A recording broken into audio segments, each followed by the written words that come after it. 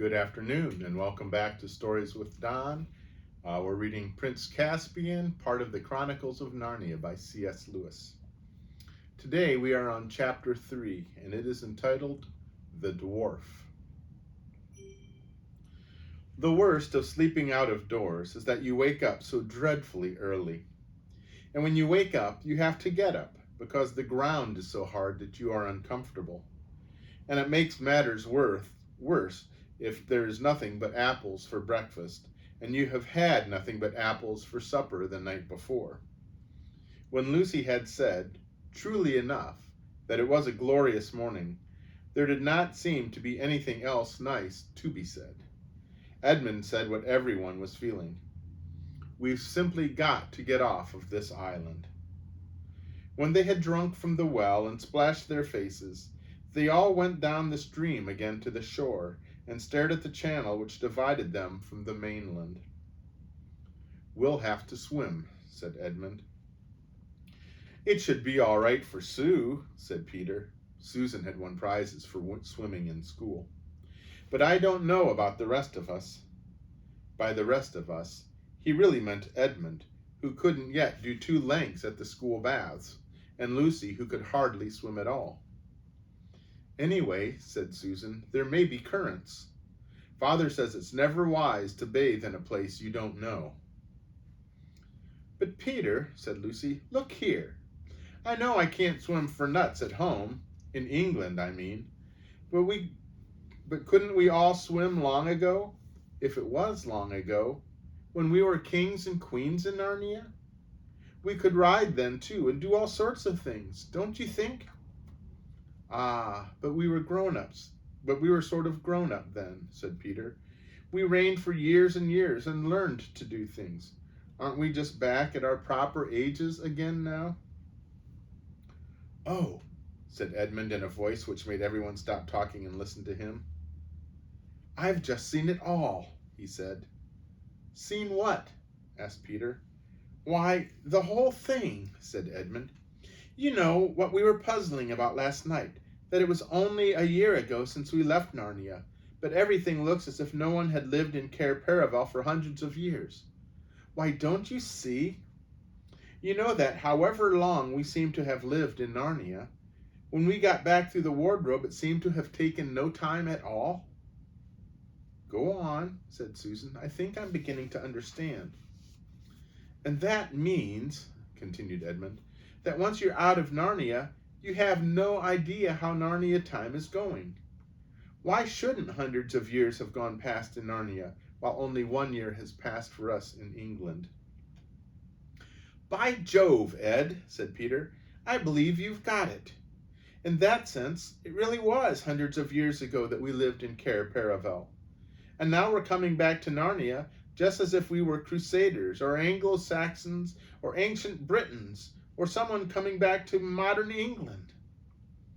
How excited they'll be to see us, began Lucy. But at the same moment, everyone else said, hush, or look, for now something was happening. There was no wooded point on the mainland a little to their right, and they all felt sure that just beyond that point must be the mouth of the river. And now, round that point, there came into sight a boat. When it had cleared the point, it turned and began coming along the channel toward them. There were 2 people on board, one rowing, the other sitting in the stern and holding a bungle that twitched and moved as if it were alive. Both these people seemed to be soldiers. They had steel caps on their heads and light shirts of chainmail. Their faces were bearded and hard. The children drew back from the beach into the wood and watched without moving a finger. That'll do, said the soldier in the stern when the boat had come about opposite to them. What about tying a stone to his feet, Corporal? Said the other, resting on his oars. Garn, growled the other. We don't need that, and we haven't brought one. He'll drown for sure enough without a stone, as long as we've tied the cords right. With these words, he rose and lifted his bundle. Peter now saw that it was really alive, and was in fact a dwarf, bound head and foot, but struggling as hard as he could. There's a picture of that.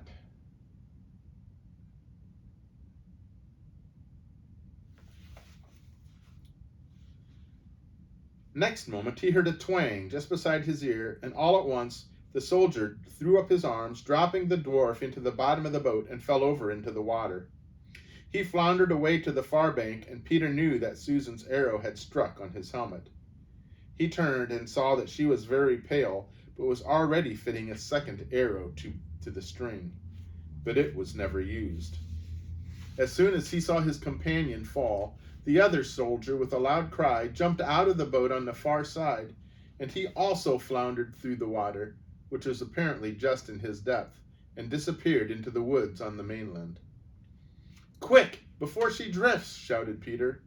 He and Susan, fully dressed as they were, plunged in, and before the water was up to their shoulders, their hands were on the side of the boat.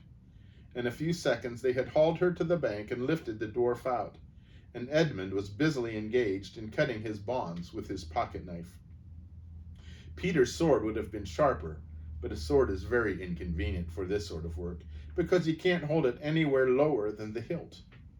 When at last the dwarf was free, he sat up, rubbed his arms and legs, and exclaimed, "Well, whatever they say, you don't feel like ghosts." There's a picture of that.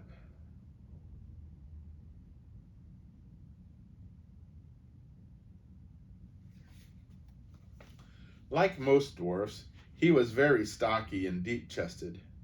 He would have been about 3 feet high if he had been standing up, and an immense beard and whiskers, of coarse red hair, left little of his face to be seen, except a beak-like nose and twinkling black eyes.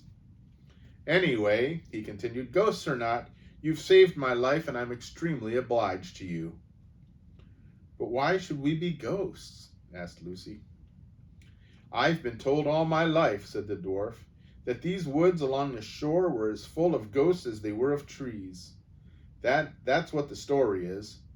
And that's why, when they want to get rid of anyone, they usually bring him down here, like they were doing with me, and say they'll leave him to the ghosts. But I always wondered if they didn't really drown him or cut their throats. I never quite believed in the ghosts.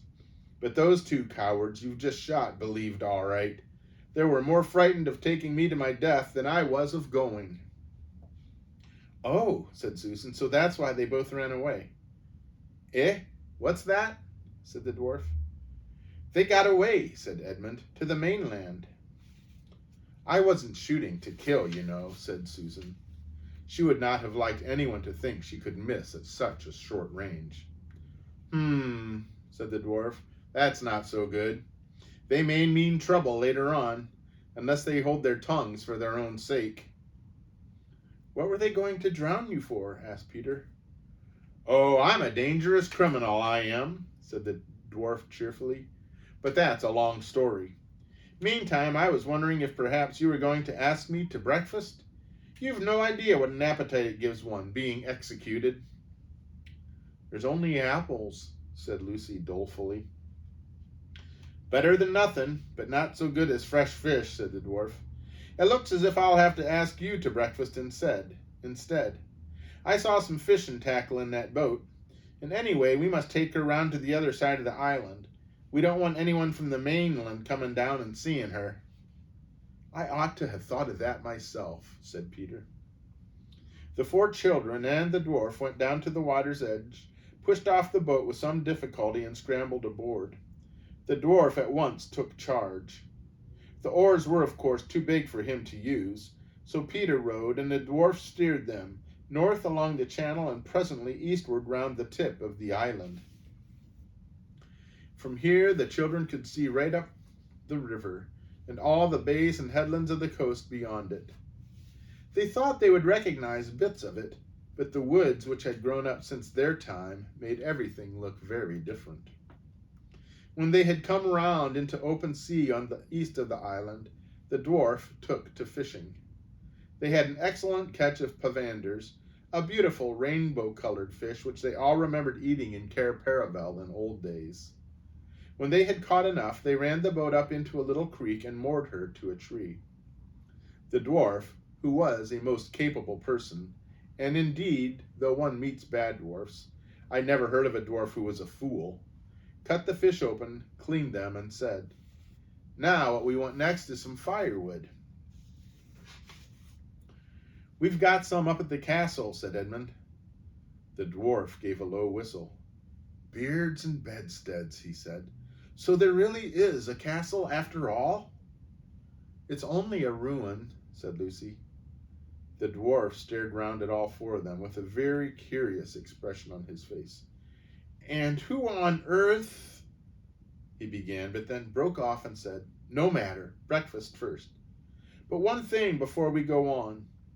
Can you lay your hand on your hearts and tell me I'm really alive? And are you sure I wasn't drowned and we're not all ghosts together?" When they had reassured him, the next question was how to carry the fish. They had nothing to string them on and no basket. They had to use Edmund's hat in the end because no one else had a hat. He would have had much more fuss about this if he had not by now been so ravenously hungry. At first, the dwarf did not seem very comfortable in the castle. He kept looking around and sniffing and saying, "Looks a bit spooky after all. Smells like ghosts too." But he cheered up when it came to lighting the fire and showing them how to roast the fresh provenders in the embers. Eating hot fish with no forks and one pocket knife between 5 people is a messy business, and there were several burnt fingers before the meal was ended. But it was now 9 o'clock, and they had been up since 5. Nobody minded the burns so much as you might have expected. When everyone had finished off with a drink from the well and an apple or so, the dwarf produced a pipe about the size of his own arm, filled it, lit it, blew a great cloud of fragrant smoke, and said, "Now." "You tell us your story first," said Peter, "and then we'll tell you ours." "Well," said the dwarf, "as you saved my life, it is only fair you should have your own way, but I hardly know where to begin. First of all, I am a messenger of King Caspian's." "Who's he?" asked 4 voices all at once. "Caspian the 10th, King of Narnia, and long may he reign," answered the dwarf. "That is to say, he ought to be King of Narnia, and we hope he will be. At present, he is only king of us old Narnians." "What do you mean by old Narnians, please?" asked Lucy. "Well, that's us," said the dwarf. "We're a kind of rebellion, I suppose." "I see," said Peter. "And Caspian is the chief old Narnian."